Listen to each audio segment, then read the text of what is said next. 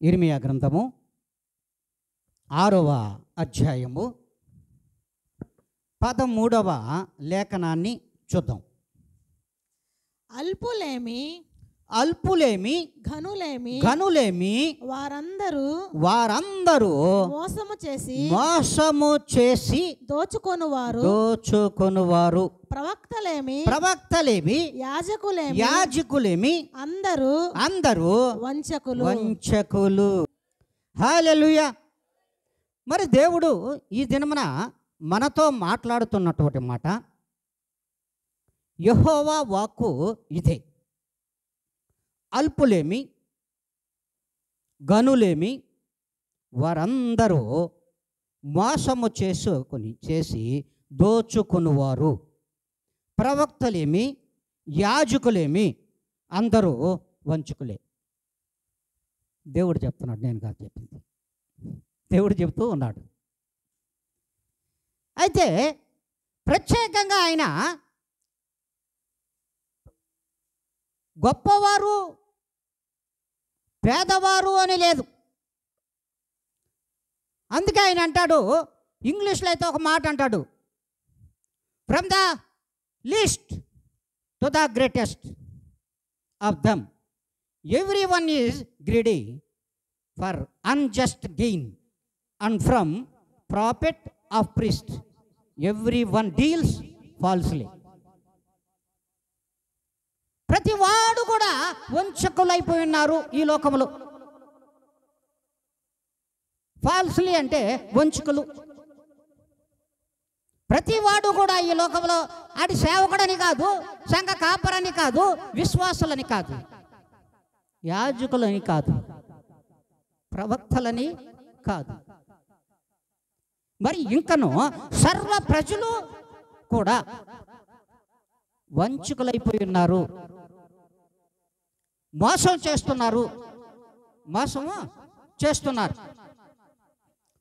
చేస్తున్నారు. అంతేకాదు మోసముతో ఎలా దోచుకోవాలో కూడా ఎదురు చూస్తూ ఉన్నారు. మరి అట్టి వారిని అంటున్నాడు, వీరందరూ కూడా వంచకులే. మరి దేవుడు ఎంత గొప్పగా చెప్తున్నాడంటే, సర్వ జనాంగమును, భూమిని, ఆకాశమును, సర్వ జీవరాశులను మరియు సూర్యచంద్ర నక్షత్రాదులను, సముద్ర జలరాశులను, భూ జలరాశులను, భూమి మీద సమస్తమును సృష్టించిన ఆ దేవునికి భూమి మీద నరులను కూడా సృజింపచేయాలని ఆశ కలిగిన దేవుడు. అంతేకాదు సర్వ సృష్టి మీద, భూమి మీద సర్వ అధికారమును కూడా మనుషులకు ఇచ్చినటువంటి దేవుడు. సర్వ సృష్టి మీద కూడా అధికారము ఎవరికి ఉందంటే మనుషులకు ఇచ్చాడు. భూమి మీద సర్వ అధికారాన్ని మనుషులకు ఇచ్చాడు.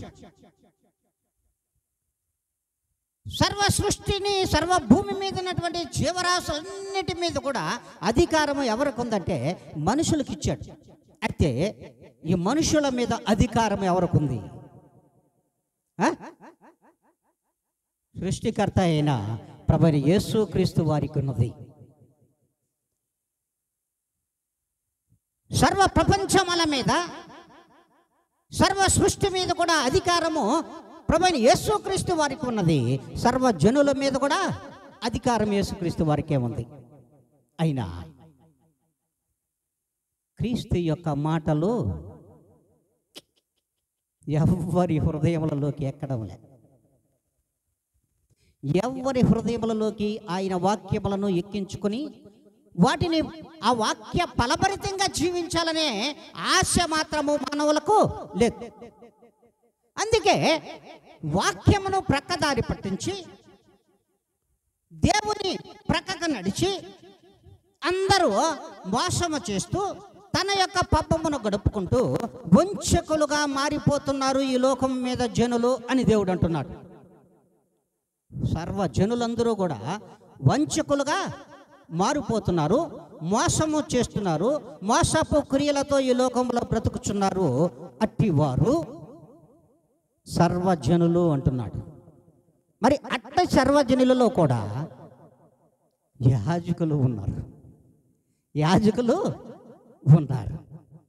అంతేకాకుండా యాజకులే ఉన్నారా అంటే ప్రవక్తలు కూడా ఉన్నారు. హల్లెలూయా, హల్లెలూయా, ప్రవక్తలు కూడా ఉన్నారు. మరి ఇప్పుడైతే సార్వత్రిక సంఘములలో ఉన్నటువంటి విశ్వాసులు ఉన్నారు. ఎవరున్నారు? విశ్వాసులు ఉన్నారు.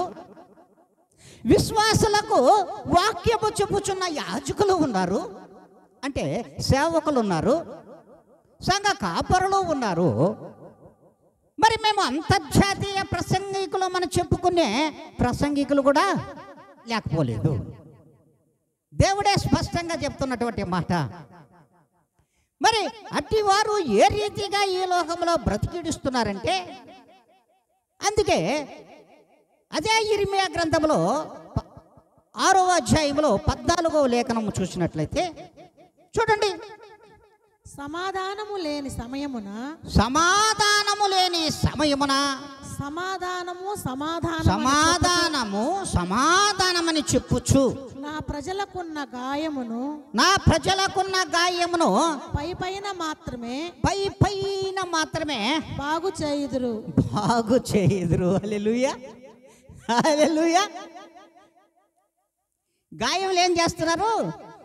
పైన పూత రాస్తున్నారు. హల్లెలూయా, పైన పూత రాసి బాగోయిపోయినాయని చెప్తున్నారు. ఈ దినమన సమాధానమని చెప్పుచూనే నా ప్రజలకున్న గాయముల పైన పూత రాస్తూ పైన మాత్రమే బాగు చేస్తున్నారు. పైనే లోపల భాగంలో ఉన్నంట అంతరింద్రియములన్నిటినీ బాగు చేయడానికి వీళ్ళకి అవకాశము లేదు. శరీరంలో ఉన్నటువంటి అంతరింద్రియములన్నిటిని కూడా బాగు చేసే అధికారము ఉన్నా ఆ యొక్క అంతరింద్రియములకు చోటు చేసుకునే అట్టి వాక్యాలను బోధించడము లేదు. పైన పూత రాస్తున్నారు తప్ప సంపూర్ణముగా గాయము బాగుపడడం లేదని దేవుడు అంటున్నాడు. మరి ఆయనే అంటున్నటువంటి మాట ఏంటంటే, they have heals the wound of my people లైట్గానే, పూర్తిగా మాత్రము నై చెయ్యి. మనం ఏమంటాం? లైట్గా తీసుకో అంటే ఏమని తీసుకోమంటాం? ఏడేమన్నాడు? పైన బాగు చేస్తున్నారు అన్నాడు. ఇంగ్లీష్లో ఏమంటున్నాడు? కొంచెం మాత్రమే లయం చేస్తున్నారు. ఎవరికి? నా ప్రజలకు ఇవ్వవలసిన ఆహారము సంతృప్తిగా వీళ్ళు పెట్టడం లేదు. సంతృప్తిగా వారి ఆకలి తీర్చినట్లయితే నా ప్రజలు ఎలా ఉంటారు? పరిపూర్ణమైనటువంటి సమాధానము కలిగి ఉంటారు. అంతేకాకుండా సంతృప్తికరంగా వారి గాయములను మాన్పుకొని పూర్తి ఆరోగ్యముతో ఉంటారు అని దేవుడు అంటున్నాడు. మరి ఆ రీతిగా మనం ఉన్నామా? మరి ఆ రీతిగా మనం వాక్యమును వింటున్నామా అనేది కూడా మనం కూడా ఆలోచించాలి. ఆయన సేవకులకే చెప్పల, సర్వజనులకు కూడా, విశ్వాసాలు అన్నటువంటి క్రైస్తవ సంఘములతో కూడా చెప్తున్న మాట ఏంటంటే, మరి ఎవరు పూర్తిగా చెప్తున్నారో పూర్తిగా నువ్వు కూడా తీసుకుంటున్నావా? అట్టి ఆహారాన్ని నీ హృదయాన్ని నువ్వు కూడా బాగు చేసుకుంటున్నావా అంటే ఇందులో మన తప్పు కూడా లేకపోలేదు. అందుకే అంటాడు, when there is a no peace, సమాధానమే లేదు. సర్వజనులలో సమాధానము లేని జీవితాలను మనము ఆశిస్తున్నాం, కోరుకుంటున్నాం. సంపూర్ణమైన సమాధానము ప్రతి జీవితంలో లేదు. ఆ సంపూర్ణమైన సమాధానకర్త అయిన అధిపతికి నువ్వు లోబడితే ఆ అధిపతి వాక్యమై ఉన్నాడని, ఆ వాక్యమును నా హృదయములోకి ఎత్తుకోవాలని, ఆ వాక్యమును ఎత్తుకుంటే ప్రభువు నా హృదయంలో ఉంటాడని, ప్రభుని యేసుక్రీస్తు నాలో నివసించుచుండగా నాకు సంతృప్తికరమైన సమాధానకరమైన జీవితం నాలో ఉంటుందని ఏనాడు కూడా విశ్వాసులు ఆశించడం లేదు. సర్వజనులు కూడా ఆ రీతిగా లేరు. కోరుకుంటున్నది ఏంటో తెలుసా? అసమాధానమైన బ్రతుకులను మనం కోరుకొనగా సమాధానమని చెప్పుట వ్యర్థమే కదా అని దేవుడు అంటాడు. సమాధానమని చెప్పుచు మరి నా ప్రజలకున్న గాయమును పైన మాత్రమే బాగు చేయుదురు. ఎవరు బాగు చేయాలి? మిమ్మల్ని ఎవరు బాగు చేయాలి? మనము బాగుపడడానికి మన విశ్వాసము పరిపూర్ణమై సంపూర్ణమైనదిగా మన విశ్వాసం ఉండాలి దేవునిలో. అప్పుడు మనలను బాగు చేయడానికి మన యాజకులు, మన సేవకులు, మన కాపరులు, మన దాసులు అందుకు తగువైన కృషి చేయగలగాలి. నీ విశ్వాసము, నీ యొక్క స్థిర విశ్వాసము, నమ్మకము ప్రభువునందు ఉండగలిగినట్లయితే, దాసుని యొక్క వాక్యమునకు లోబడే గుణము నీలో ఉన్నట్లయితే, ఆ దాసుడు నిన్ను నయము చేయవలసినప్పుడు ఆ దాసుడే నీ గాయమును సంపూర్ణముగా మాన్పగలడు. మరి మనం ఎంత విశ్వాసముతో ఉన్నా, నమ్మకముతో ఉన్నా, దాసుడు సరిలేనప్పుడు ఆ దాసుడు పైన నీ గాయములను మాన్పి హృదయంలోనికి వాక్యమును పంపించలేక, ఆ హృదయంలోకి ఆ వాక్యం అనే ఇంజెక్షన్ చేయలేకపోగా, ఇంజెక్ట్ చేయాలి, లోపలికి వెళ్ళాలి వాక్యం. అలా వెళ్ళని వాక్యాన్ని బోధించినట్లయితే పైనే పూత రాస్తాం. పైన పూత రాస్తే లోపల గాయము మానదు, మానినట్టే ఉంటుంది, లోపల కుళ్ళిపోతుంది అని దేవుడు సెలవిస్తున్నాడు. మరి ఇలాంటి వంచుకలు యాజకులు ప్రవక్తలు ఉండగా మరి సమాధానకరమైనటువంటి జీవితాల్లో జనులు ఎలా ఉంటాయి? సమాధానకరమైనటువంటి బ్రతుకులు ప్రజల జీవితాలలో ఎలా ఉంటాయి? మరి విశ్వాసులు అనబడుతున్నటువంటి మనము సమాధానమని పైన గాయాలకు పూత పోస్తున్నటువంటి యాజకుల యొక్క మాటలు వింటూ వంచుకులుగా మారిపోతున్నటువంటి వారి మాటలు వింటి మనం కూడా వంచుకులు అయిపోతున్నాం. సర్వజనాంగం కూడా ఎలా అయిపోయినారు? వంచకులు అయిపోయినారు అని దేవుడు అంటున్నాడు. మరి ఏ రీతిగా మనం ఉంటున్నామో మన క్రియలను మనము సరి చూసుకోగలిగితే మన జీవితాలు దేవునిలో సమాధానకరంగా ఉంటాయి. సార్వత్రిక సంఘములలో ఉన్నటువంటి విశ్వాసులు ప్రశ్నించుకోవాల్సిన అవసరం ఉన్నది. సార్వత్రిక సంఘములలో సువార్తను ప్రకటించుచున్నటువంటి ఆ సువార్థికులు కూడా హృదయాలను పరిశీలించుకోవాల్సిన అవసరం ఉంది. పరీక్షించుకోవాల్సిన సమయము ఆసన్నమై ఉన్నదని దేవుడు అంటున్నాడు. మరి అట్టి సమయము కొరకు మనం ఎదురు చూడాలి అంటున్నాడు. అంతేకాదు, మరి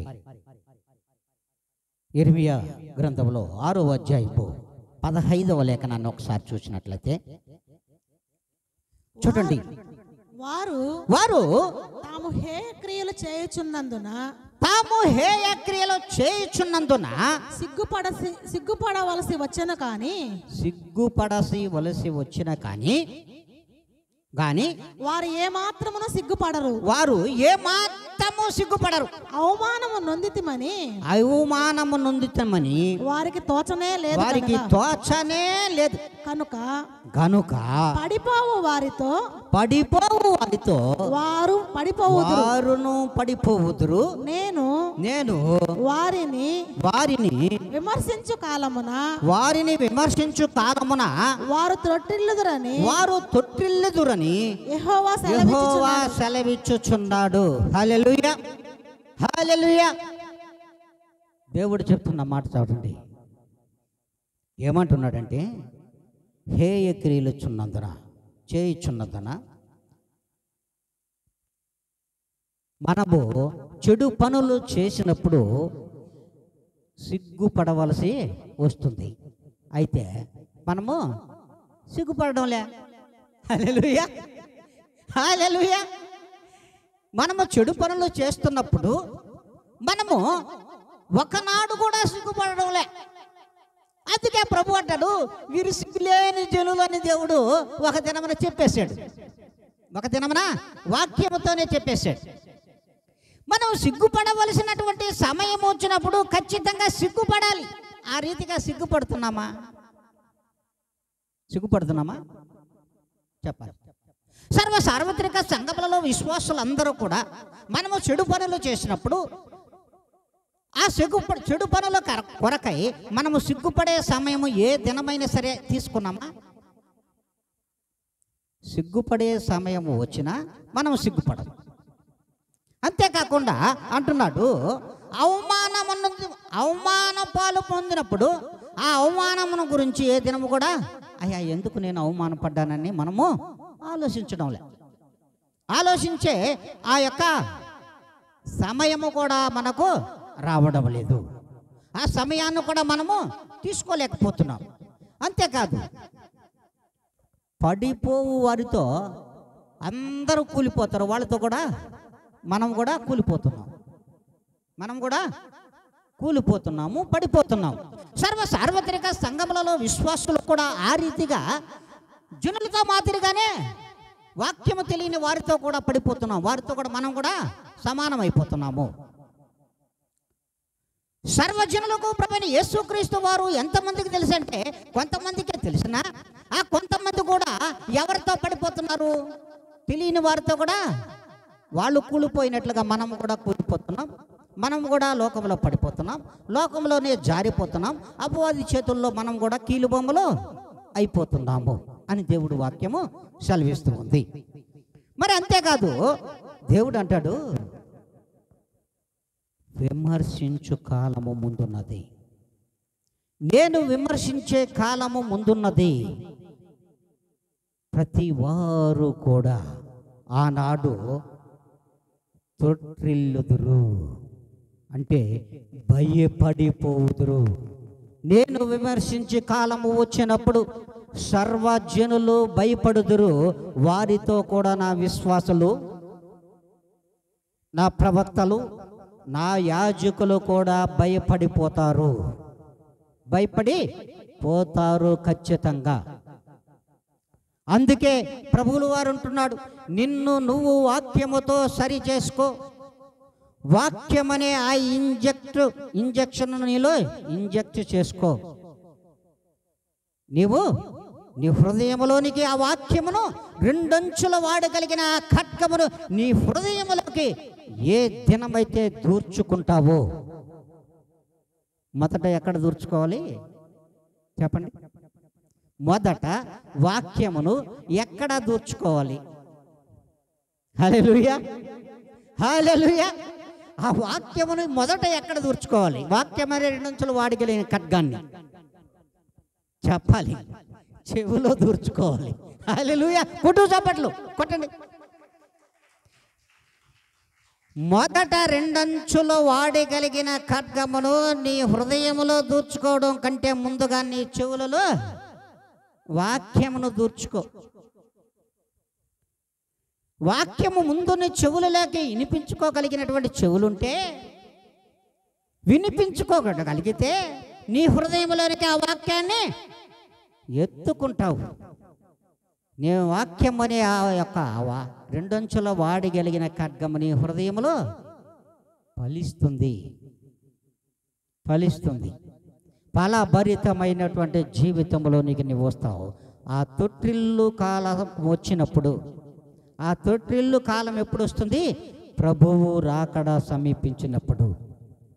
ప్రభువు రాకడ సమీపించినప్పుడు, ప్రభువు రాకడ సమీపించినప్పుడు ప్రభువు కంటే ముందే ఆ కాలము నీ ముందుండబోతుంది. ప్రభువు కంటే ముందుగా ఆ కాలము ముందు వస్తుంది. ఆ ముందు కాలంలోనే ప్రభువును చూడకుండానే మనము భయంకరమైన దినములు అనుభవించవలసి వస్తుంది అని దేవుని వాక్యం సెలవిస్తుంది. అంతేకాదు దేవుడు అంటున్నాడు, చూడండి హెబ్రీయులకు రాసిన పత్రిక 8వ అధ్యాయము 8వ లేఖనం. అయితే ఆయన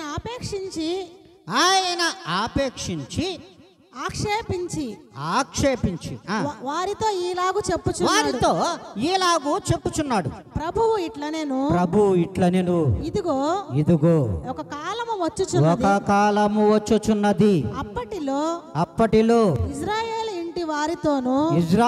ఇంటి వారితోను యూదా ఇంటి వారితోను నేను క్రొత్త నిబంధన చేయుదును. హల్లెలూయా, హల్లెలూయా. దేవుడు అంటున్నాడు, చూడండి, ఒక కాలము వచ్చుచున్నది, ఆ కాలమున ప్రతి జనులు తొట్టిల్లుదురు. వారిలో విశ్వాసులు ఉందురు, అవిశ్వాసులు ఉంటారు, వేషధారులు ఉంటారు, సర్వలోక జనులు ఉంటారు.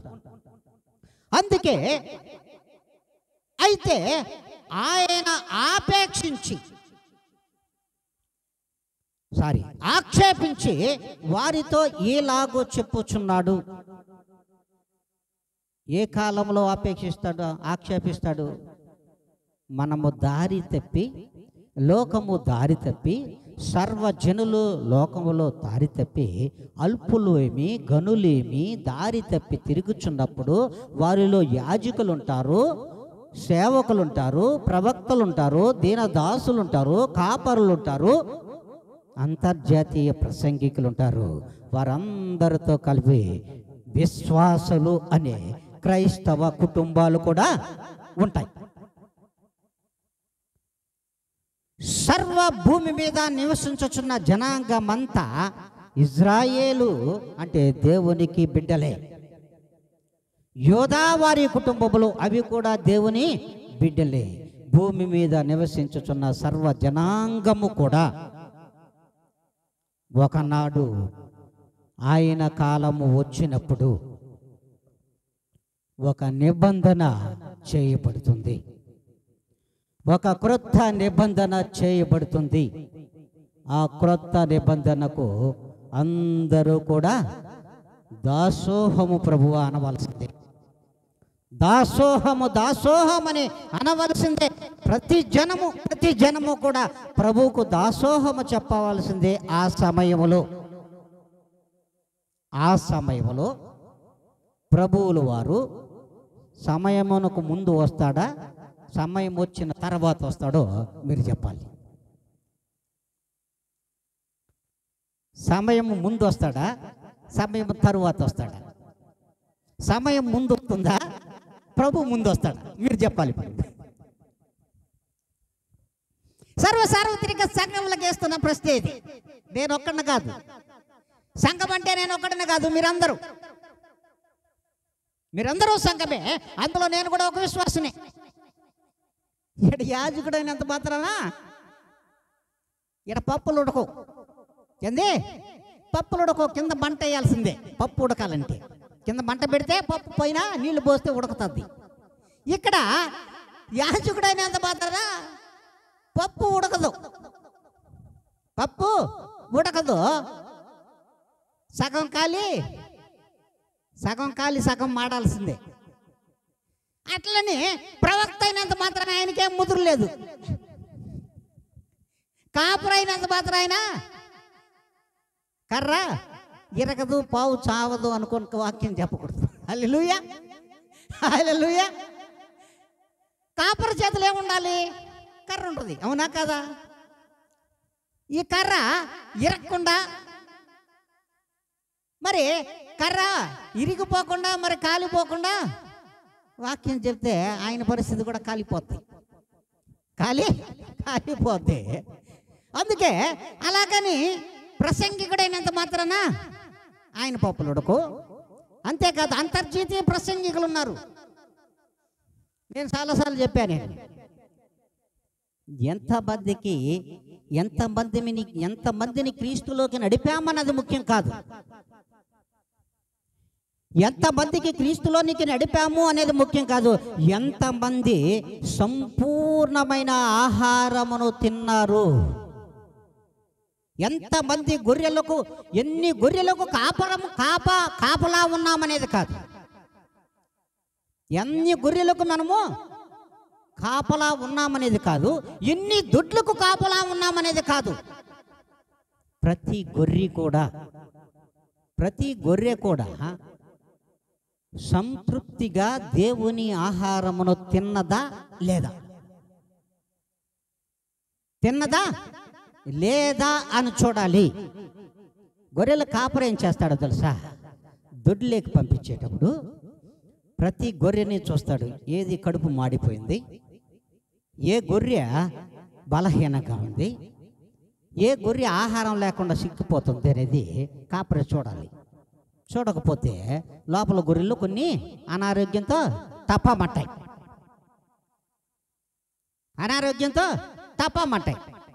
అయితే సంఘములో ఏలుచున్నటువంటి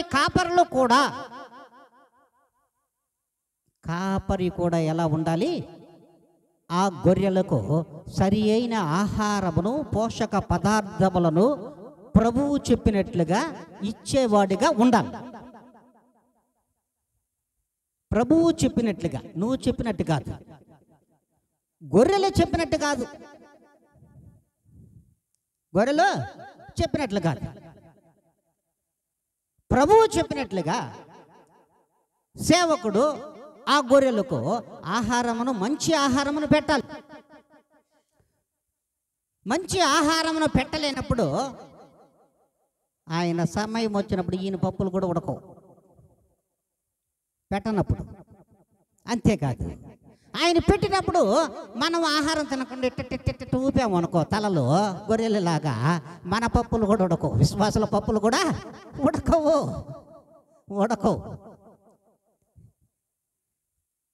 సగం ఉడికినా ఏం తినాలా? సగం ఉడికిన బియ్యం ఏమవుతాయమ్మా? మీరు చెప్పాలి, ఏమవుతాయి? సగం బియ్యమే, సగం బియ్యము సగం అన్నం. మరి ఇప్పుడు తిన్నాము దాన్ని. హల్లెలూయా. ఇప్పుడు తింటే ఏమవుద్ది? లేకపోతే అనారోగ్యము పాలైపోతాము. సార్వత్రిక సంఘములతో చెప్పుచున్నటువంటి మాట ప్రభువుల వారు అంటున్నది ఏంటంటే, ఎవడైనా కానీ, వాడు ధనవంతుడైనా, వాడు బలహీనుడైనా, మరి అతి పేదవాడైనా, దరిద్రుడైనా కూడా అందరూ వంచకులైపోయినారు. ఆ వంచకులతో మీరు చేరొద్దు అంటున్నాడు. హల్లెలూయా. విశ్వాసులు, సార్వత్రిక సంఘములలో ఉన్నటువంటి విశ్వాసులు అటు వారికి లోను కాబోకండి అంటున్నాడు. మరి అట్టి వారిలో ఎవరున్నారు ఇప్పుడు? సర్వ జనాంగంలో వారిలో ఎవరున్నారు ఇప్పుడు? చెప్పనమ్మా. విశ్వాసులే కాదు ఉండారనింది, ప్రవక్తలు కూడా ఉండారన్నాడు ప్రభు. ప్రవక్తలు కూడా ఉండారంటున్నాడు, యాజకులు కూడా ఉన్నారంటున్నాడు. అంటే సేవకులు కూడా ఉన్నారట, కాపరులు కూడా ఉన్నారట, ప్రసంగికులు కూడా ఉన్నారట. వీళ్ళందరూ కూడా వంచుకలే. ఏమంటున్నాడు? ఫాల్సులు. అందరూ కూడా తప్పుడోళ్ళే. తెలుగులో వంచుకలు అన్నాడు, కానీ ఇంగ్లీష్లో ఏమంటాడు తెలుసా? తప్పుడోళ్ళు అనాలి.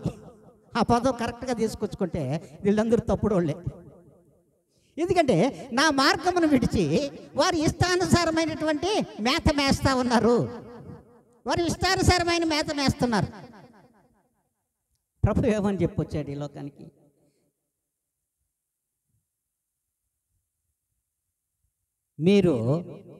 నేను మేపు గొర్రెలు అన్నాడమ్మా. అన్నాడా లేదా?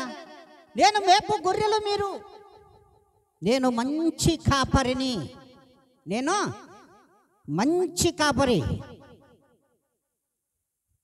Good shepherd. మరి చూడండి, నేను మంచి కాపరిగా వచ్చా. మరి నా నుంచి కాపరులు తయారవ్వాలి, అంతే కదా? విశ్వాసులు కూడా కాపరులుగా తయారవ్వాలి. మరి విశ్వాసులమని నేను ఆడే ఉన్నాను కదా, అవునా కదా? అక్కడి నుంచే కదా ఇక్కడికి వచ్చాను. మరి నేను విశ్వాసగానే కదా వచ్చాను ఇక్కడికే. ప్రతి సార్వత్రిక సంఘములలో ఉన్నటువంటి యాజక సమూహం అంతా కూడా ఎక్కడి నుంచి వచ్చిన వాళ్ళు?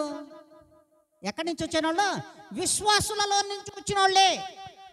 వీళ్ళని డైరెక్ట్గా తోలుకురాలా ప్రభు, పైనుంచి డైరెక్ట్గా దించుకురాలా. అందరూ విశ్వాసులే. అయితే మీలో నుంచి సేవకులుగా ఈ స్థలములోకి వచ్చారు. అయితే పరిశుద్ధ స్థలములలో వాక్యమును బోధించుచున్న, వాక్య ఆహారాన్ని ఇస్తున్నారు. కనుక మీరందరూ కూడా నాకు వలే మంచి సేవకులుగా ఉండండి, మంచి సేవకులుగా ఉండండి, కాపరులుగా ఉండాలి అని దేవుడు అంటున్నాడు. మరి ఆ రీతిగా ఉన్నారా? ఆ రీతిగా ఉన్నారా? మరి సేవకుల్ని అనలా, సేవకుల్ని అనలా, సేవకుల్నే వంచుకలల్లా,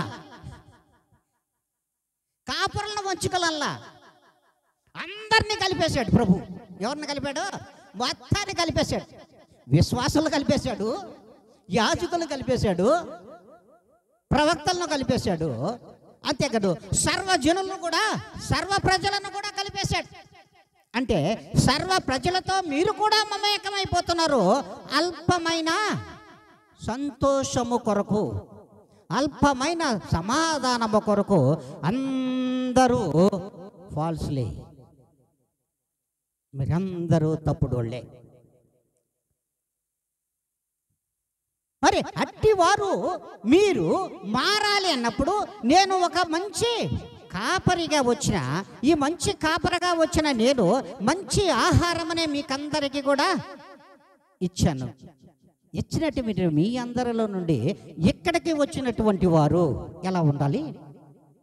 మంచి కాపరిగానే ఉండాలి, మంచి సేవకుడుగానే ఉండాలి, మంచి ప్రవక్తగానే ఉండాలి, మంచి ప్రసంగికుడుగానే ఉండాలి, మంచి దాసుడుగానే ఉండాలి. ఈ మంచి మంచి అనే వీళ్ళందరినీ బట్టి సార్వత్రిక సంఘములలో ఉన్న వాళ్ళందరూ కూడా మంచోళ్ళు అయిపోతారు. కారా? అవతారా? అవరా? గట్టిగా చప్పట్లు కొట్టండి. కారు అన్నోళ్ళు ఇప్పుడు కొట్టండి గట్టిగా చప్పట్లు. అవుతారు ఖచ్చితం, ఇది రూల్, అంతే. అవుతారు. ఎందుకంటే మంచి కాపరి ఉన్నప్పుడు సంఘము కూడా మంచి విశ్వాసులతో రూపొందింపబడుతుంది, దినదినము వృద్ధి చెందుతుంది అని దేవుడు వాక్యము సెలవిస్తుంది. అంతేకాదు దేవుడు అంటున్నాడు చూడండి, హెబ్రీయులకు రాసిన పత్రిక 10వ అధ్యాయము 31వ లేఖనం. జీవము గల దేవుని చేతిలో పడుట, జీవము గల దేవుని చేతిలో పడుట భయంకరము, భయంకరము. దేవుడు అంటున్నాడు, it is a fearful thing to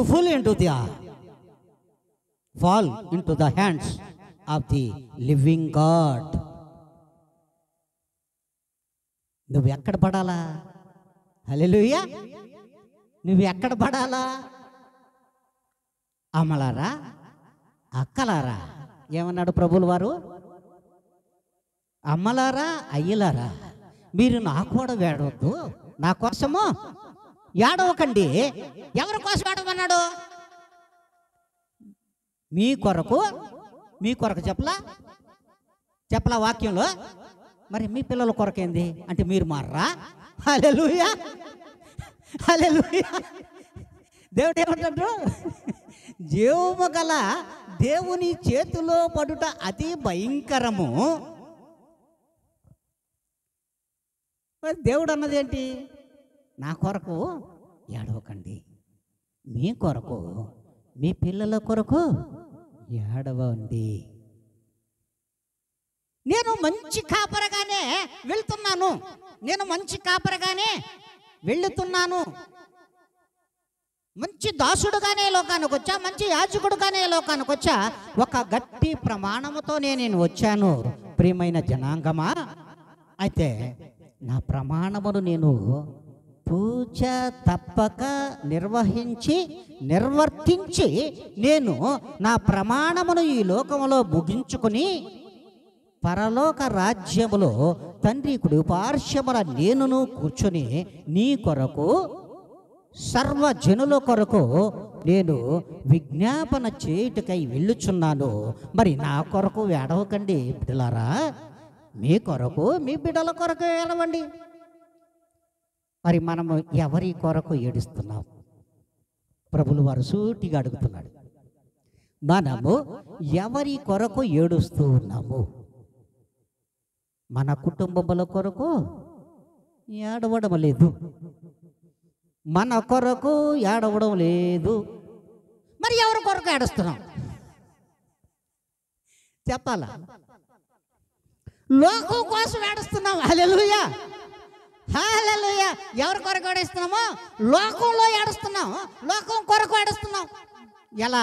అది కూడా మీరే చెప్పాలి. మీరు చెప్తే నేను కూడా వింటా, ఆనందంగా వాక్యంలోకి వెళ్దాం. వాడు బాగా అయిపోయాడు, వాడు చచ్చిపోలా, వాడు ఆనందంగా ఉన్నాడు, వాడు నాశనం అయిపోవాలా అని మనం ఏడుస్తున్నాం. అవునా కదా?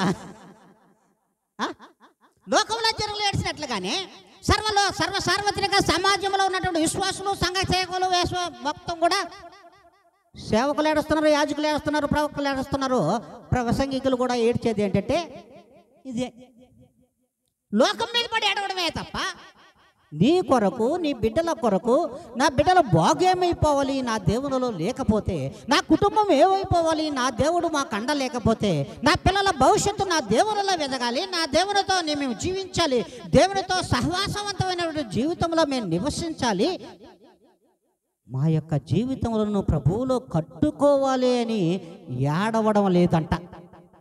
ఏడవడము లేదు. మరి లోకం మీద ఏడుస్తున్నాం, లోకం మీద పడి ఏడుస్తున్నాం, అల్పమైనటువంటి క్రియల కొరకు ఏడుస్తున్నాం, అల్పమైన సమాధానము కొరకు ఏడుస్తున్నాం, అల్పమైన జీవితముల కొరకు మనము ఏడుస్తున్నాము. శాశ్వతమైనటువంటి సమాధానము కొరకు మనము ఈ లోకములో ఏడవడం లేదు. దేవుని వాక్యం సెలవిస్తుందమ్మా, నేను కాదు. అందుకే నువ్వు ఎక్కడ పడి ఉండాలా?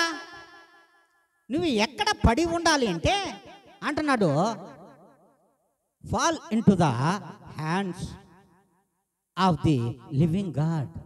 దేవుని చేతిలో పడమ్మా. ఫాల్ అంటే ఏంటంటే చీరలు కొట్టుకునే ఫాల్స్ కాదు. ఫాల్ అంటే పడడం. హల్లెలూయా, హల్లెలూయా. నువ్వు పడాల్సింది ఎక్కడ? దేవుని చేతిలో పడ్డావు. పడిన తర్వాత నీ జీవితం ఎలా ఉండాలంటే అతి భయంకరముగా ఉంటుంది. నీ బ్రతుకు అతి భయంకరంగా ఉంటుంది. ఆ భయంకరమైనటువంటి ఆ దేవుని చేతిలో నువ్వు పడితే నీ భయంకరమైనటువంటి ఆయన చేతిలో ఉన్న నీకు భయము లేదు.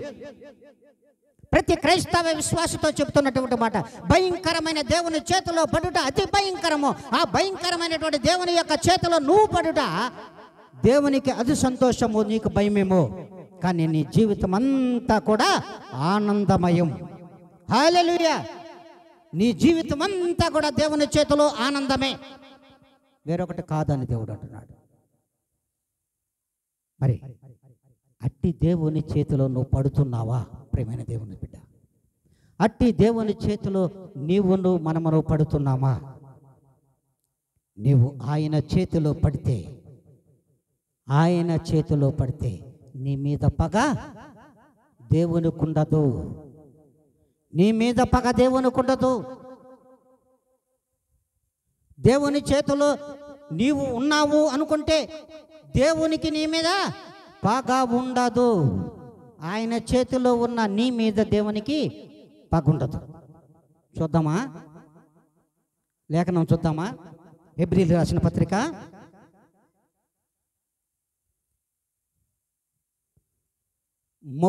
10వ అధ్యాయము 30వ లేఖనము. పగ తీర్చుట నా పని, పగ తీర్చుట నా పని, నేనే ప్రతిఫలమిత్తుననియు నేను ఏ ప్రతిఫలం ఎత్తుతునని, మరియు ప్రభువు తన ప్రజలకు తీర్పు తీర్చును, ప్రజలకు తీర్పు తీర్చును అనియు చెప్పిన వానిని ఎరుగుదుము కదా. చూడండి, దేవుడు ఎంత గొప్పగా చెప్తున్నాడో. పగ తీర్చుట ఎవరి పని? ప్రభుల వారి పని. మరి ప్రభు యొక్క చేతుల్లో నువ్వు ఉంటే నీ మీద పగ తీర్చుకుంటాడా ప్రభువు? లేదు. దేవుడు చెప్తున్న మాట. పగ తీర్చుకోడు ఆయన చేతిలో నువ్వు ఉంటే ఆయన పగ తీర్చుకోడు. మరి అంతేకాదు, ప్రతిఫలం ఇచ్చేది కూడా ఆయనే. నీకు ప్రతిఫలం ఇవ్వడానికి ఉండేది ఎవరు? ప్రభుల వారే ఇస్తాడు. ఆ ప్రతిఫలం కూడా ఇస్తాడు. తన ప్రజల తీర్పు తీర్చును అని చెప్పిన వానిని ఎరుగుదము. ఎవరు ప్రభువు తీరుస్తానని చెప్పాడు? ఎవరు చెప్పారు? ముందుగా మనం వినేస్తున్నాం. ప్రభువైన యేసుక్రీస్తు వారు తీర్పు తీర్చుటకు రెడీగా ఉన్నాడు. ఎక్కడున్నాడు అన్నాడు. ప్రభువైన యేసుక్రీస్తు వారు దేవుడే తీర్పు తీర్చువాడు. ఆ దేవుడే ప్రభువైన యేసుక్రీస్తు వారు అని నువ్వు ఎరిగినావు. నీకు తెలుసు ఆల్రెడీ. తెలిసినా కూడా ప్రభు యొక్క పగకు మనము బలైపోతున్నాము. ప్రభు యొక్క పగకు మనం బలైపోతున్నాం. అంతేకాకుండా ప్రతిఫలము ఆయనే ఇస్తాడు, ప్రతీకారము కూడా ఆయనే తీరుస్తాడు. రెండు ఆయన చేతుల్లో ఉన్నాయి. ప్రతిఫలం ఉంది, ప్రతీకారం ఉంది, ప్రతిఫలము ఉండదు. అంతే. పగ తీర్చుట కూడా ఆయన పనే కదా. నీ పనే, నా పని కాదు కదా. లోకంలో మన పనులు సాగు. అందుకే అంటున్నాడు. ఇవన్నీ తెలిసి మనం భయపడుతున్నామా? సార్వత్రిక సంఘములతో దేవుడు మాట్లాడేది ఏంటంటే, అన్నీ విన్నటువంటి మీరందరూ కూడా లోకంలో జనులతో మీరును కలిసిపోతున్నటువంటి మీరు, మేము దేవుని చేతిలోనే పడున్నాం, మేము దేవుని చేతిలోనే పడున్నామని భ్రమ పడుతున్నారు. ఆ భ్రమలోనే ఉన్నారు. కానీ భ్రమలో ఉన్నామంటే మనము బరబరా బిరబిరా తిరిగి లోకంలో పడిపోతున్నాం. దేవునిలో చేతిలో ఉన్నాము అనుకున్నటువంటి మనము ఎక్కడ పోయి పడిపోతున్నాం? బిరబిర తిరిగి లోకంలో పడిపోతున్నాం. కనుకనే పగ తీర్చువాడను నేనే, తీర్పు తీర్చువాడను నేనే. అంతేకాదు, అవన్నీ కూడా మీరు తెలుసుకుంటున్నారు. ఇవన్నీ నా పని మీకు తెలిసినా, నా పని అని మీకు తెలిసినా కూడా మరలా మీరు దారి తప్పేశారు నాన్న. ఏం చేయాలి ఇప్పుడు? దారి తప్పేసినటువంటి మిమ్ములను నేను ఏమి చేయాలి చెప్పండమ్మా? ఏం చేయాలా?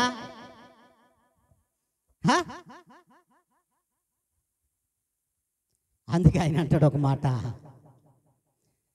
The lord will be judge his people. ఖచ్చితంగా నేను తీర్పు తీర్చేస్తా.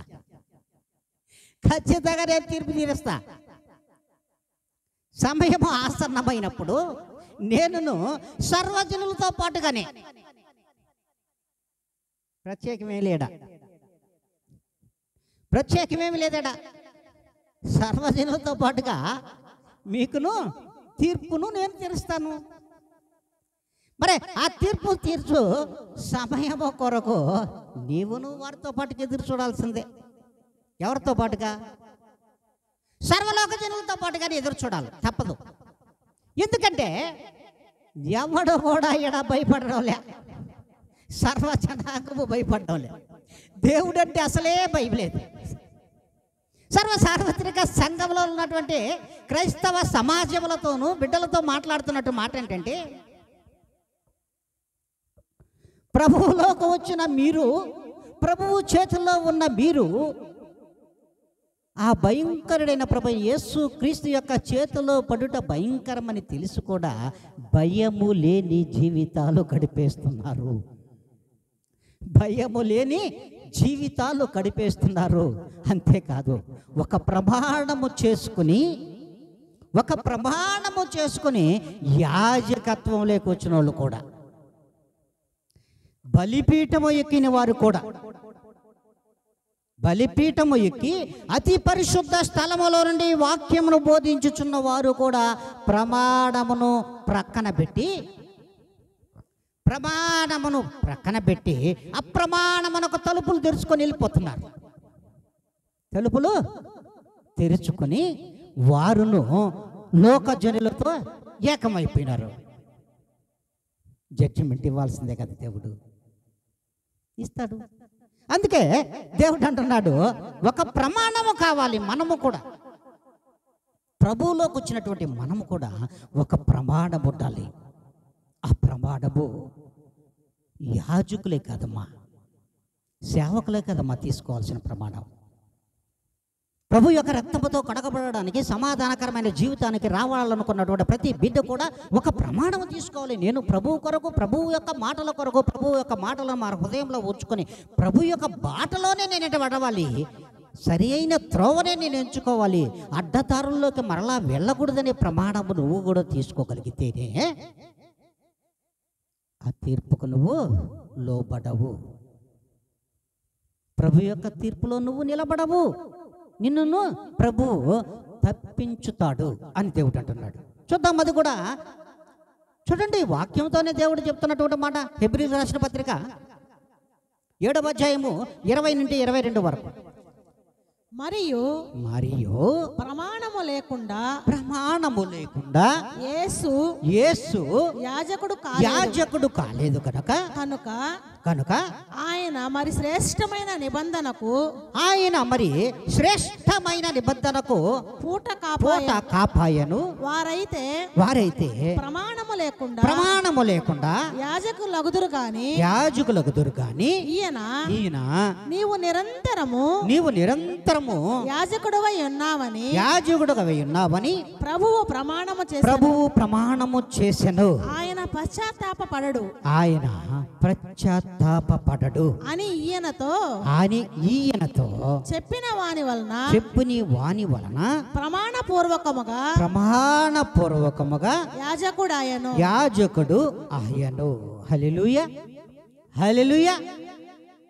ఆత్మ చెప్పిన మాటలను దేవుడు ప్రభువైన యేసుక్రీస్తు వారు పెడచెవిన పెట్టకుండా ఇచ్చిన ప్రమాణమునకు కట్టుబడి చెప్పిన మాటకు లోబడి తన హృదయపూర్వకంగా ఒక ప్రమాణమును ప్రభువులు వారు తీసుకుని ఈ లోకమునకు వచ్చి సర్వ జనాంగము కొరకు వారి యొక్క పాప మరణ లోకము నుండి, చీకటి మార్గముల నుండి వెలుగు మార్గములలోనికి నడిపించడానికి యాజకుడుగా, కాపరిగా, ఈ లోకానికి దాసుడుగా, దీనుడుగా, రిక్తుడుగా ఈ లోకానికి వచ్చిన ప్రభులు వారు, ఆ ప్రభులు వారు ప్రభుని యేసుక్రీస్తు అయ్యుండగా ఆ ప్రమాణమును ఎప్పుడు కూడా ప్రక్కన పెట్టలేదు. ఇచ్చిన ప్రమాణము ప్రకారముగానే తన ఆత్మతో తన చేసుకున్నటువంటి ప్రమాణ పూర్వకంగా పోయాడు. రిక్తుడుగా వెళ్ళాడు, దాసుడుగా వెళ్ళాడు, బాప్తిస్మమును తీసుకున్నాడు. ఒక విశ్వాసిగా ప్రభులు వారు ఎలా మెలగాలో ఆ విశ్వాస జీవితమును ప్రభులు వారు కొనసాగించిన విశ్వాస పరిమాణమును బట్టి ప్రభువులు వారు ఒక ప్రమాణముతో యాజకుడయ్యాడు. యాజకుడైనటువంటి ఆ ప్రమాణముతో వచ్చిన యాజకుడు ప్రమాణ పూర్వకంగా దాసుడుగా తన యొక్క శిష్యుల యొక్క పాదములు కడిగాడు. పాదములు కడగడమే కాదు, రిక్త హస్తములతో, ఒట్టి చేతులతో ఈ లోకానికి వచ్చిన ప్రభువులు వారు ఆ ఒట్టి చేతులతోనే తన యొక్క శరీరమును, తన రక్తమును సర్వజనుల కొరకు దారబోసాడు. సర్వజనుల యొక్క చీకటి జీవితాలను ఛేదించడానికి వెలుగైన ఆ ఖడ్గమనే వాక్యమును ప్రతి హృదయములో చీల్చి చెండాడాడు. ఆ హృదయ వాక్యమనే రెండంచుల వాడగలిగిన ఖడ్గము ప్రతి హృదయములో చూచుకొని పోగా మూలికలను కూడా ఛేదించుకుంటూ వాక్యమును శరీర భాగములను విభజించుకుంటూ వెళ్ళిపోయింది. విభజించుకుంటూ వెళ్ళిపోయినటువంటి ఆ వాక్యముతో ఎదగవలసినటువంటి విశ్వాసులు ప్రమాణము లేకుండా యాజకులైపోయి, సేవకులైపోయి, ప్రవక్తలైపోయి, కాపరులైపోయి ఈ దినం సార్వత్రిక సంఘములలో ప్రమాణపూర్వకంగా వాక్యమును చెప్పకుండా, వాక్యమునకు లోబడకుండా వారినే వారు వంచుకులుగా ఈ లోకంలో తయారు చేసుకుంటున్నారు. వారు వంచుకులు అవడం కాకుండా సార్వత్రిక సంఘములలో ఉన్నటువంటి విశ్వాసులను కూడా వంచుకులుగా తయారు చేసేస్తున్నారని దేవుని వాక్యము సెలవిస్తూ ఉంది. సెలవు చెప్తుంది ఇక్కడ. మరి అట్టి ప్రమాణమునకును నీవును విశ్వాసగా లోబడుతున్నావా? నీవు కూడా ఒక ప్రమాణము లేకుండా విశ్వాసగా తీసుకోకూడదు. నేను ప్రభువుకు మాదిరిగా, ప్రభువుకు సేవకుడుగా, ప్రభు యొక్క ప్రేరణకు నేను లోబడి ఉండాలి. ఆ ప్రేరణతోనే నేను కూడా విశ్వాసిగా ఎదగాలి అనే ఆ తపన కలిగినటువంటి జీవితం క్రైస్తవులలో ఉండాలని దేవుడు అంటున్నాడు. ఆ తపన ఉండాలి క్రైస్తవులకు. మరలా నేను లోకములేకి పడిపోతాను, లోకములేకి జారిపోతాను, లోకంలో కుంటూ నడుస్తానంటే వీలు కాదమ్మా, వీలే కాదు. అందుకే దేవుడు అంటున్నటువంటి మాట, ఆయన అంటాడు ఒక మాటలో, ఆయన చెప్తున్నటువంటి మాట చూద్దాము. This make Jesus the guarantor of a better covenant. Better covenant. చూడండి ఏమంటున్నాడు ఆయన. నేను ఒక యాజకుడును ప్రమాణం చేసుకుని వచ్చా, నేను గ్యారెంటీ ఇస్తున్నా, నా జీవితానికి గ్యారెంటీ ఇచ్చుకొని గ్యారెంటర్గానే వెళ్ళిపోయా. మీ జీవితాలకు గ్యారెంటీ ఉందా? విశ్వాసము అనే గ్యారెంటర్గా నువ్వు ఉన్నావా? ప్రభువు ఒక గ్యారెంటర్,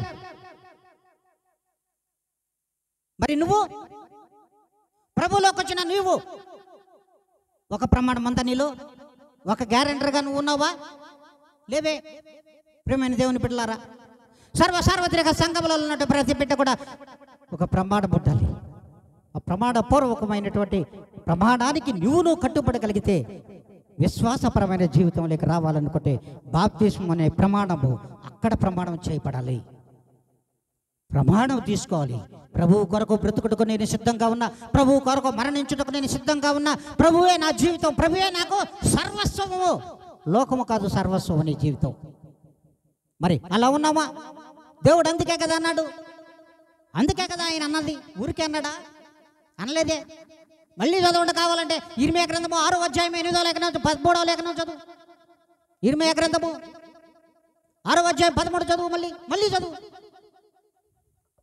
అల్పులేమి గనులేమి వారందరూ మోసం చేసి దోచుకొనువారు ప్రవక్తులేమి యాజకులేమి అందరూ వంచుకులే, ఫాల్స్లే.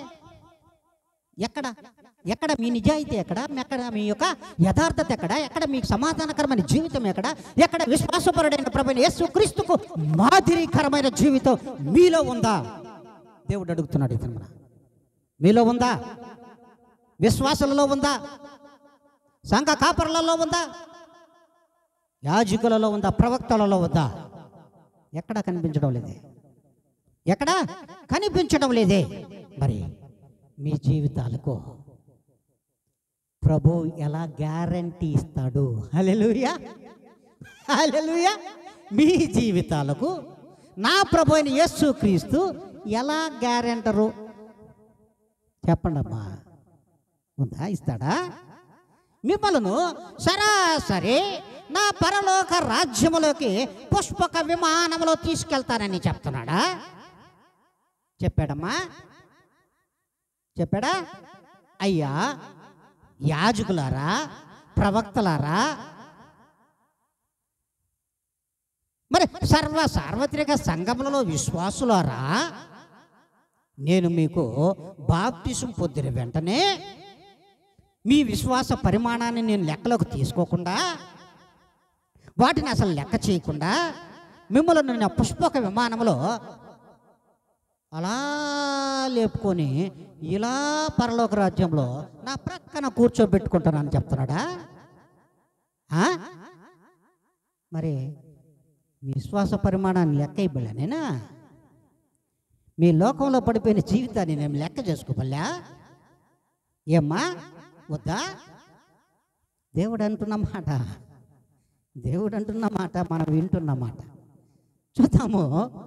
అందుకే హెబ్రీయులకు రాసిన పత్రికలో 8వ అధ్యాయం 12వ లేఖనం చదవమ్మా.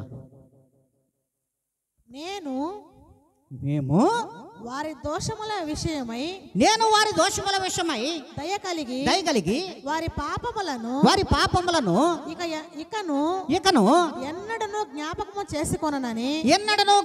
చేసుకొనని ప్రభు సెలవిచ్చుచున్నాడు. ఆయన క్రొత్త ప్రభు సెలవిచ్చుచున్నాడు.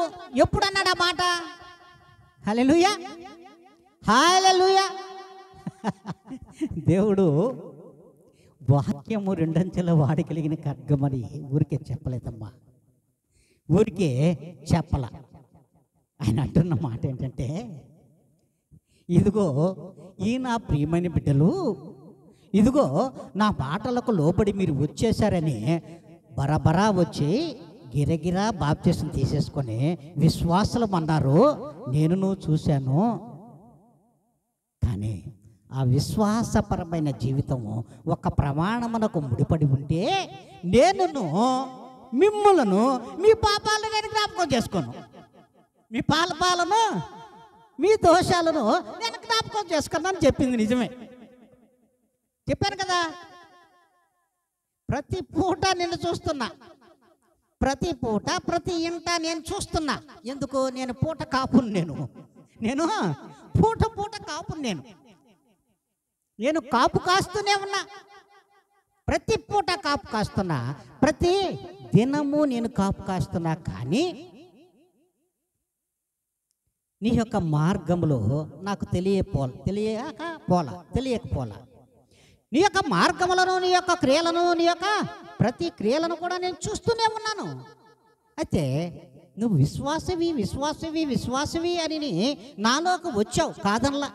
అయితే ఆ విశ్వాస పరిమాణమును బట్టి నువ్వు ప్రమాణపూర్వకంగా ప్రభువుతోనే ముడిపడి ఉంటే, ఈ ముడి కరెక్ట్గానే ఉంటే, నేను నీ పాపాలను ఎన్నడూ జ్ఞాపకం చేసుకొని చెప్పింది నిజమే కదా. మరి ఆ ప్రమాణానికి నువ్వు కట్టుబడకుండా ముడిని ఉప్పుకొని వెళ్ళిపోయినావు, లోకంలోకే ముడి ఇప్పుకొని వెళ్ళిపోయినావు. ఇప్పుడు లోకంలో జనులతో పాటు అయిపోయినావా? నాతో ప్రమాణపూర్వకమైన విశ్వాసంతో నువ్వు ఉన్నావా? మీరు చెప్పాలమ్మా, గట్టిగా చెప్పాలరా. లోకంలో జనులతో కలిసిపోయావు, మోసకరమైన జనులతోనే నువ్వు కూడా కలిసిపోయావు. నాది మోసకరమైన జీవితం కాదు, నా ప్రభువుది మోసకరమైన జీవితం కాదు. ఈ లోకంలో దేవుడు మోసకారి కాదు. దేవుడు మోసకరమైన జీవితాన్ని ఈ లోకంలో జీవించాల. విశ్వాసపరమైనటువంటి, న్యాయబద్ధమైనటువంటి, యథార్థమైన, నీతివంతమైన జీవితమును గడిపినాడు నా ప్రభు. మరి ఆ ప్రభువులోకి వచ్చిన నీవు నీతిపరమైనటువంటి జీవితం ఉందా? విశ్వాసపరమైన జీవితం ఉందా? దేవుని యొక్క విశ్వాసమునకు నీవు ముడిపడి ఉన్నావా? ముడి వీడ్చుకొని వెళ్ళిపోయావా? ఆలోచించాల్సిన విషయం. అందుకే మీకే సార్వత్రిక సంఘములకై నేను విడిచిపెడుతున్నా. మనం విశ్వాసులమనే ఆ పరిమాణము ఘనమైనదా బలహీనమైనదో ఒక్కసారి ఆత్మ పరిశీలన చేసుకోమని దేవుడు అంటున్నాడు. ఆత్మ పరిశీలన చేసుకోమని దేవుడే చెబుతున్నాడు. మరి ఆత్మ పరిమాణము ఎంత ఉందో ఒక్కసారి చూసుకోవాలి. అంతేకాదు దేవుడు అంటాడు, ఆయన అంటే మాట అంటాడు, మరి మీ పాపాలను నేను ఎన్నడూ జ్ఞాపకం చేసుకున్నాను. I will remember their sins no more. మీ పాపాలు ఎన్ని చేస్తున్నారు అన్నిటినీ మీరు వదిలిపెట్టారని నేనును నమ్మా, మీరును నాకు నమ్మకాన్ని కలిగించారు. బాగా ఆలోచించండి.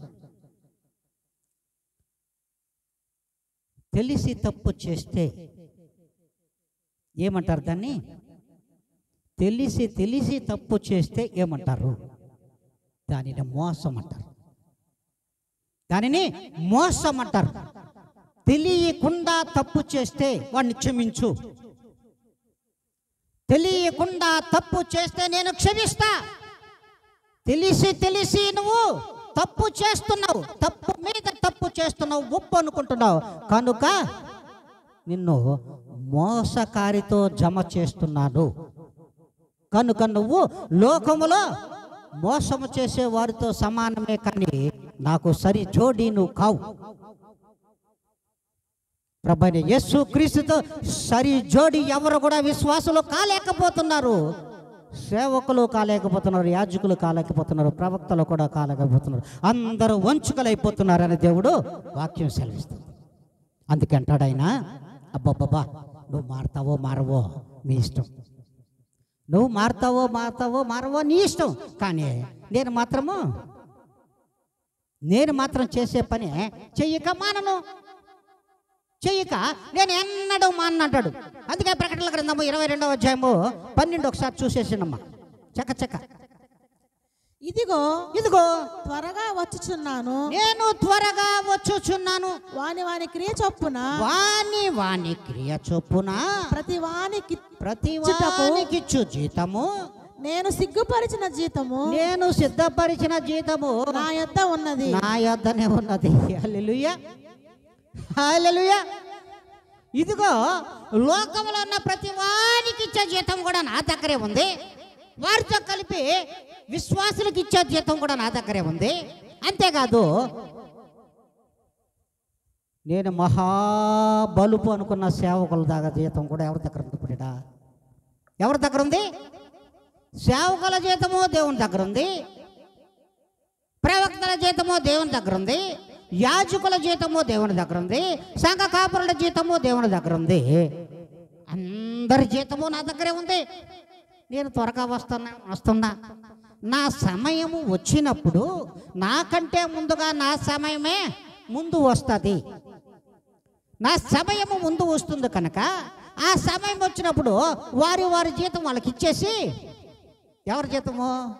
ఈ లోక జనులందరి జీతము వారి పరిమాణం రూపాయలు పనిచేసి, ఆ తర్వాత నేను ఏర్పాటు చేసుకున్నటువంటి తీర్పులో నిలబడకుండా నా దగ్గరికి ఎవరైతే వచ్చేసారో వారి జీతం కూడా నా దగ్గరే ఉంది. కాబట్టి వారిని నేను హక్కున చేర్చుకుంటున్నాను. నా రెక్కల నీడలో వారు ఉంటారు. నా పరలోక రాజ్యములో నా యొక్క సన్నిధిన నా యొక్క సింహాసనము వరుసలో వారు కూడా ఆనుకొని కూర్చుంటారని దేవుడు చెబుతున్నాడు. అందుకే అంటాడు, అయ్యా ఇన్ని చెప్పినా మీకు వినబడడం లేదు. ఓ ప్రియమైన యాజకులారా, యాజక సమూహమా, ఇంత చెప్పినా మీరు వినడంలే. అయితే ఈయనని మీకు మీ యొక్క సంఘములలో నేను అందుకే నాకంటే ముందుగా ఒక దూతను ఏర్పాటు చేశాను సంఘముల మీద. ఆ సాక్ష్యము ఆ దూతే నాకు చెప్తాది, వేరే ఒకరు చెప్పాల్సిన అవసరం లేదు నాయన అని ఒక దూతను ప్రతి సంఘముల మీద సాక్ష్యార్థమై ఆయన ఉంచేశాడు. సాక్ష్యార్థముగా ఆయన ఉంచేశాడు. అందుకే అంతేకాదు ఆయన అంటున్నాడు, మరి నేను త్వరగా వస్తున్నాను, అయితే వచ్చు సమయము లోపల నా దూత సాక్ష్యము మీ నుండి చెప్పేస్తుంది. సర్వసార్వత్రిక సంఘములలో ఒక దూత ఉంది, ఆ దూత సాక్ష్యము చెప్పడం గ్యారెంటీ. అంతేకాదు అందులో 21 చదువమ్మా, 21వ అధ్యాయంలో ప్రకటనల గ్రంథము మరి 8వ లేఖనాన్ని ఒకసారి చదువు. పిరికి వారును అవిశ్వాసులను అసహ్యులను నరహంతకులను వ్యభిచారులను మాంత్రికులను విగ్రహారాధికులను అబద్ధికులందరినీ అగ్ని గంధకములతో మండు గుండములో పాలు పొందుదురు. ఇది రెండవ మరణము. ఏం చెప్పేశాడు? కొట్ల చప్పట్ల వద్దా? వాళ్ళ మనం ఉన్నామో లేదని పరిశీలించుకోనమ్మా. హల్లెలూయా. ఈ లెక్కలో మనం ఉన్నామో లేదో పరిశీలించుకోవాలి. సార్వత్రిక సంఘములలో ఉన్నటువంటి వారు పరిశీలించుకోవాలి. పిరికి వారును, అవిశ్వాసులను, అసహ్యులను, అహంతకులను, వ్యభిచారులను, మాంత్రికులను, విగ్రహారాధికులను, అబద్ధికులు అందరూ అగ్ని గంధకములతో మండు గుండములో పాలు పొందుతురు. అంతేకాదు, అబద్ధికులు అంటే ఎవరు తెలుసా? ప్రభువు నామము చొప్పున వ్యర్థమైనటువంటి ప్రసంగాలు చేసేవాళ్ళు, వ్యర్థమైన పాటలతో కాలయాపన చేసి ప్రజలను మెప్పించాలని ఆశ కలిగే వాళ్ళందరూ అబద్ధికులే. మీరందరూ తపామని అగ్నిగుండకులకే పోవలసిన వాళ్ళే. ఎక్కడా విడిచిపెట్టడు ఆయన. అంతేకాదు, ఆయన అంటున్న మాట ఇంకొక దగ్గర ఒక మాట చెప్తాడు. 16వ అధ్యాయంలో 7వ లేఖనాన్ని చదువమ్మా.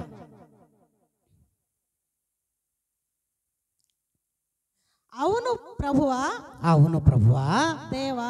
దేవా సర్వాధికారి, నీ తీర్పులు సత్యములను న్యాయములై ఉన్నవని బలిపీఠము చెప్పుట వింటిని. చూడండి, దేవుడు అంటున్నాడు, ఏమన్నాడు? అయ్యా ప్రభువా, దేవా సర్వాధికారి, నీ తీర్పుల సత్యములను న్యాయములై ఉన్నవని బలిపీఠము చెప్పడమే మేము వింటున్నామయ్యా. ఇక్కడ చెప్పేదే ఎవరు తీర్పు చేస్తారో తెలుసా? బలిపీఠము దగ్గర బలిపీఠమే చెప్పుట విన్నా ఆ బలిపీఠమే ఒకనాడు తీర్పు తీర్చబడుతుంది. ఆ తీర్పు తీర్చేది బలిపీఠమేనని తెలుసుకోలేని అనేక మంది ఇదిగో వీరిలో ఉండిపోయినారు. ఇందాక చదివిన వాళ్ళల్లో ఉండిపోయినారు. వాళ్ళందరూ ఉండిపోయినారు. కానీ ఈ బలిపీఠము తీర్పు తీరుస్తుందని, ఆ బలిపీఠము న్యాయ నిర్ణేత అని మనమును గ్రహించలేక, ఆ ప్రభువుల వారు బలిపీఠము మీద ఉన్నది ఆయన సింహాసనం అని గ్రహించలేకపోతున్నామే. అందుకే ఆయన అంటాడు, ఇదిగో ఈ అబద్ధికులు, ఈ యొక్క అసహ్యులందరూ సర్వలోక జనులలో మీరును కలిసిపోయారు.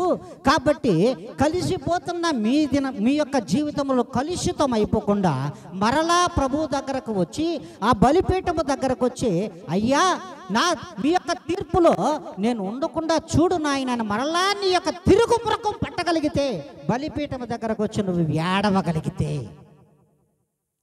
నీ కన్నీటితో నీ అబద్ధములు ఒప్పుకోగలిగితే, నీ యొక్క పాత రోత జీవితాన్ని నేను పాతర వేశాను, వచ్చాను, విశ్వాసిగా ఆయన మందిరంలో కూర్చున్నానంటే సరిపోదు దేవుని బిడ్డలారా అంటున్నాడు దేవుడు. అది సరి అయిన జీవితము కాదు, సరి అయినటువంటి ఇది కాదు. కానీ మరలా నీవు దుఃఖించుచు రోధించుచు నీ పాత ద్రోత జీవితం వైపు తిరిగిన మరలా నువ్వు మళ్ళా పశ్చాత్తాపడి ఆ బలిపీఠము తీర్పు దగ్గరకు వచ్చి నిలబడి నీ కన్నీటి మున్నీరుగా నీ దేవుణ్ణి బ్రతిమిలాడుకుంటే ఒక రవ్వ దయదలుస్తాడేమో. అందుకే కొడవలి సిద్ధంగా ఒక దూత దగ్గరించి, ఒక దూతను ఏర్పాటు చేసి కొడవలిచ్చి, అమ్మా నీ పని రెడీగా ఉన్నది, ఇదిగో భూలోకమంతా దేంతో నిండిపోయినారు? ఇప్పుడు చదివిన వాళ్ళు నిండిపోయినారు, అవునా కదా? అయితే నిండిపోయినటువంటి కోత సిద్ధపడిపోయింది, కోత రెడీగా ఉన్నది. ఇదిగో ప్రభువులు వారు ఏం చేశారంటే ఒక కొడవ వేశారు. ఏడా? భూమి మీద దూత రెడీగా పట్టుకొని, ఈ దూత ఎక్కడుంది? ఇప్పుడే చెప్పా, ఈ దూత ఎక్కడుందో చెప్పినా నేను. ఇప్పుడు సంగబల నుండి ఆ దూత బయలుదేరుతుంది. పాపములతో పండిపోయిన ఈ జనాంగం ఇప్పుడు చూపించిన జనాంగాన్ని కోసుకుంటా, కోత సిద్ధంగా కోసుకుంటా వెళ్ళిపోయి వీటన్నిటిని అగ్ని కొండలు వేసేసి